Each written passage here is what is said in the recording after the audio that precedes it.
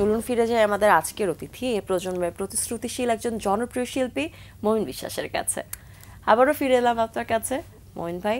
সব মিলিয়ে নিশ্চয়ই সময়টা বেশ ভালোই কাটছে? আলহামদুলিল্লাহ, কাজের মধ্যেই আছি, কাজের সাথে সময়গুলো কেটে যাচ্ছে। শিল্পীদের সময়টা ভালো কাটতে হয়, নয়তো আসলে সৃষ্টিশীল যেই জগৎটা আছে সেটা খানিকটা স্থবির হয়ে যায় আমার মনে হয়।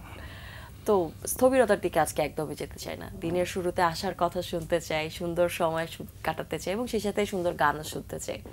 আড্ডা শুরু গান দিয়ে করবো, কোন গানটা শোনাবেন? শুরুতে যে গানটি করি, এই গানটি মাত্রই মুক্তি পেয়েছে এবং এটি শ্রদ্ধেয় গাজী মাজহারুল আনোয়ারের লেখা এবং তার শারীরিকভাবে প্রস্থানের পরে সর্বশেষ মুক্তিপ্রাপ্ত গান এটি। তার আগের গানটাও আপনারই করা ছিল, তিনি চলে গেছেন বেশ অনেকটা সময় গেছে, 3 বছর। 3 বছরের মধ্যে তার রিলিজ পাওয়া যে গান আছে, এর আগে যেটি ছিল সেটিও কিন্তু আপনারই করা ছিল, সিনেমার জন্য। সিনেমার জন্য সেই গানটি গিয়েছিলাম আমি এবং শ্রদ্ধেয় শিল্পী সাবিনা ইয়াসমিন। ওই গানের গল্পে যাব, কিন্তু এই মুহূর্তে সবশেষ গানটি যেটার কথা বলছিলেন ওই গানটা শুনতে চাই। একবার ভাবি তুমি শত্রু, একবার ভাবি তুমি মিত্র, একবার ভাবি তুমি শত্রু, একবার ভাবি তুমি মিত্র।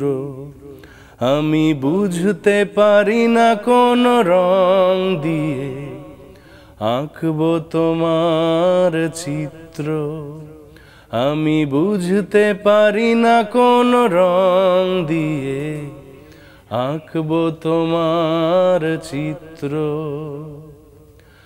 আমি নদীকে প্রশ্ন করি তোমার স্রোতধারায় কোন রং আছে কি,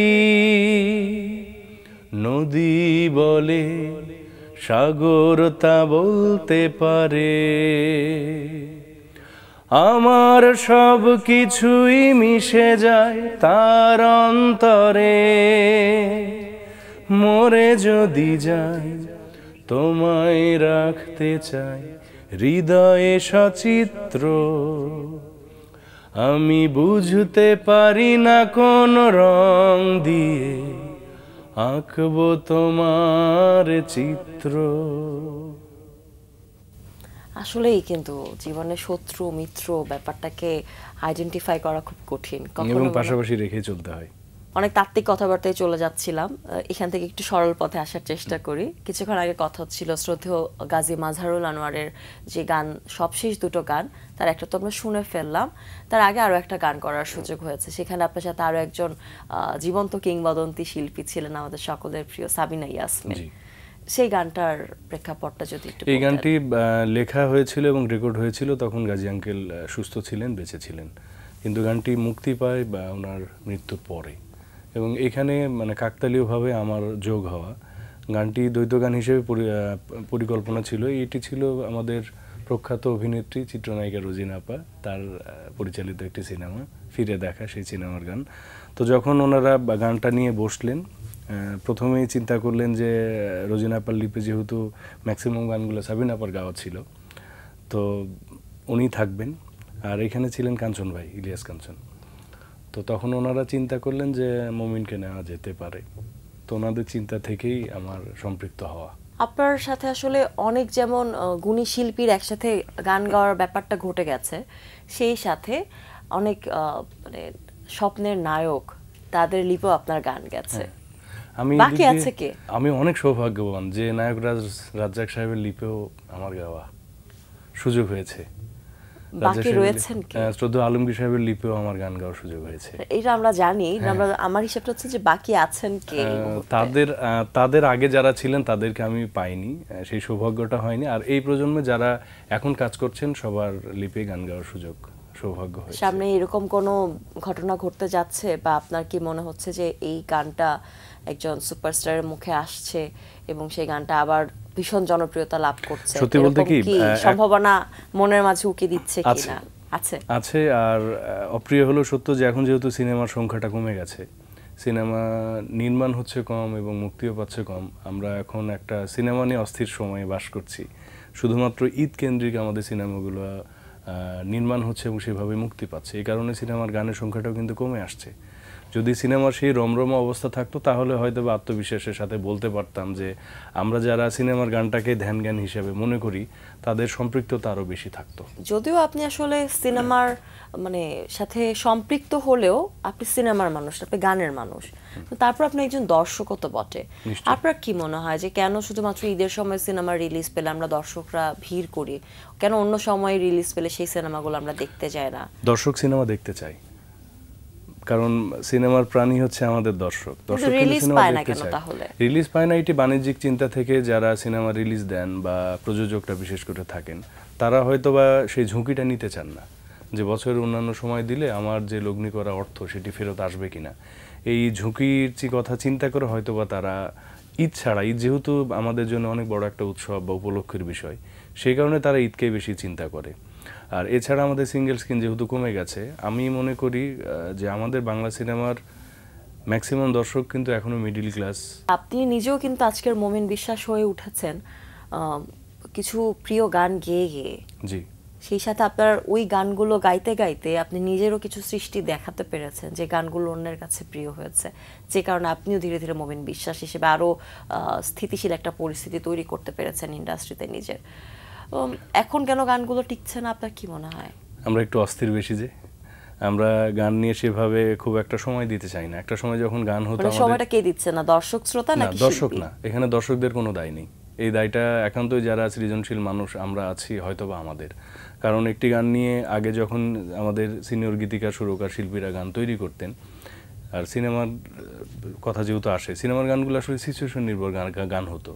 তো গীতিকার গান লিখতেন দিনের পর দিন বসে, সুরকারও সুর করতেন সেভাবে, শিল্পীরাও কিন্তু ওই গানের সাথে অনেক দিন ধরে বসবাস করতেন, প্র্যাকটিস করতেন বারবার, তারপরে ফাইনালি গাইতেন। আর এখন গীতিকার এক জায়গায়, সুরকার এক জায়গায়, শিল্পী এক জায়গায়, কেউ কাউকে চিনি না, কেউ কাউকে জানি না। আবার এমনও আমি ঘটনা দেখেছি যে মাসে উনি নির্দিষ্ট সংখ্যক মৌলিক গান রিলিজ দেয়, এক মাসে 5টা 6টা 7টা 8টা করে মৌলিক গান রিলিজ দেওয়ার জন্য ইউটিউব চ্যানেলও খুলে বসেছে। যাই হোক, এইসব নিয়ে কিছু দুঃখের আলাপও আছে, আমরা একটু পরে যাবো সেই আলাপে। কিন্তু এই মুহূর্তে একটা গান শুনবো। এবার কোন গানটি শোনাবেন? আমার নিজের মাত্রই মুক্তি পেয়েছে আরও একটি গান, দেশের গান। এই গানটি একটি গাওয়ার চেষ্টা করি। এই গানটি শুরু করেছেন বাংলাদেশের বরেণ্য সুরকার দেবেন্দ্রনাথ চট্টোপাধ্যায়।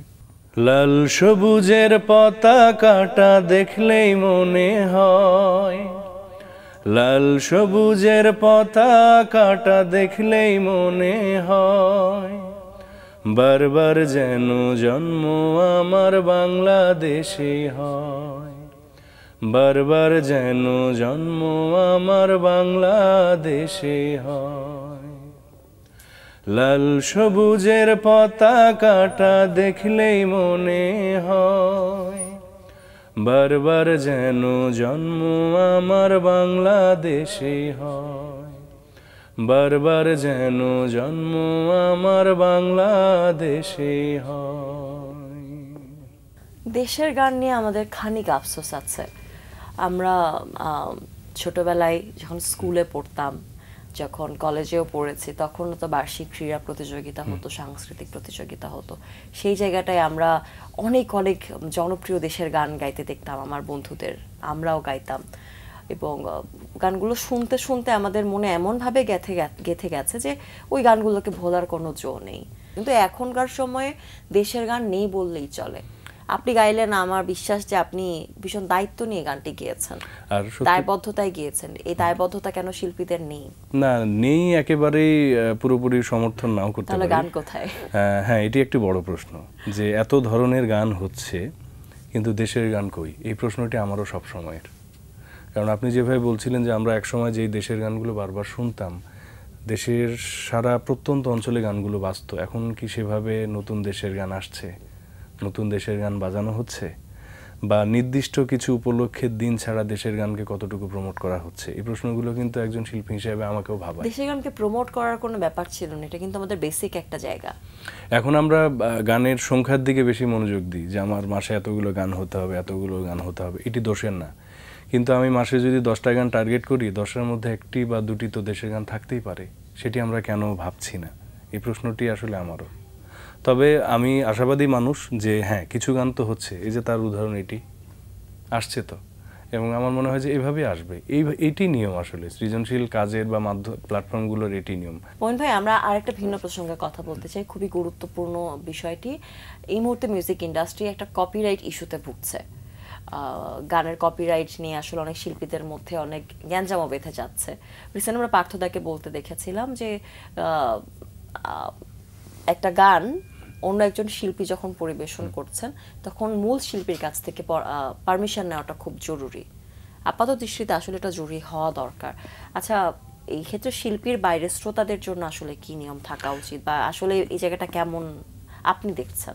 শ্রোতারা কিন্তু গানের প্রাণ, শ্রোতারা আছে বলেই গান কিন্তু টিকে আছে বা টিকে থাকে, টিকে থাকবে, এটি নিয়ম। তবে পার্থদা যে কথাটি বলেছেন আমি ওনার সাথে একমত, কারণ উনি আসলে শিল্পীদের কথা মেনশন করতে চেয়েছেন। আমি আজকে স্টেজে বা টেলিভিশনে বিভিন্ন জায়গায় পার্থদার কথাই বলি, ওনার একটি গানে আমি গাইছি, তো আমি তার কাছ থেকে অনুমতি নেব, এটি তো মিনিমাম ভদ্রতার বিষয় এবং সেটি তো নেওয়া উচিত।